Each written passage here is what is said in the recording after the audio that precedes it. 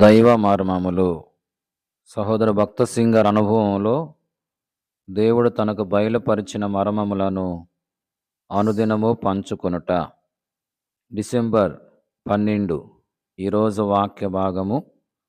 సింహాసనమునందు ఒకడు ఆసీనుడై ఉండెను.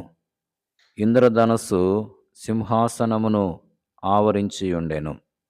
ప్రకటన గ్రంథము 4వ అధ్యాయము 2-3 వచనములు. ప్రకటన గ్రంథము 4వ అధ్యాయములో ప్రభువు సింహాసనాసీనుడై ఉండుటయు, సింహాసనమును ఇంద్రధనస్సు ఆవరించి ఉండుటయు చూచున్నాము. ఇంద్రధనస్సు అను పదమును ప్రత్యేకముగా గమనించుము. ఇంద్రధనస్సులోని 7 రంగులు 7 నిబంధనలను సూచించుచున్నవి. దేవుడు చేసిన ఈ 7 నిబంధనల యందు మనము విశ్వాసముంచినట్లయినా దినదినము ఆత్మీయముగా వర్ధిల్లగలము. దేవుడు ఆదాముతో మొదటి నిబంధనను చేసెను. ఆదికాండము 3వ అధ్యాయము 15వ వచనం. సాతాను తాను జయం పొందితినని తలంచెను.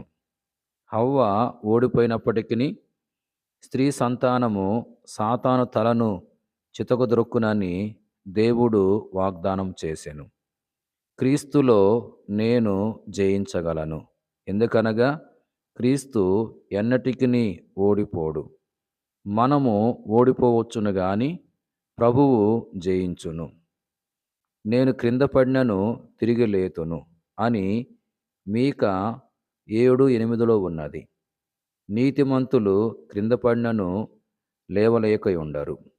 కీర్తన 37:24 వచనం. బైబిల్ జ్ఞానం ద్వారా గాని, మనోశక్తి ద్వారా గాని, అద్భుతముల ద్వారా గాని మనము సాతాను జయించలేము. ప్రశస్త రక్తమును కోరుకునుట ద్వారాను, శిలువ విజయమును అన్వయించుకునుట ద్వారాను జయించగలము. మనను ప్రేమించిన క్రీస్తు ద్వారా అత్యధిక విజయమును పొందుచున్నామని రోమా 8:37 ఉన్నది. Praise the lord.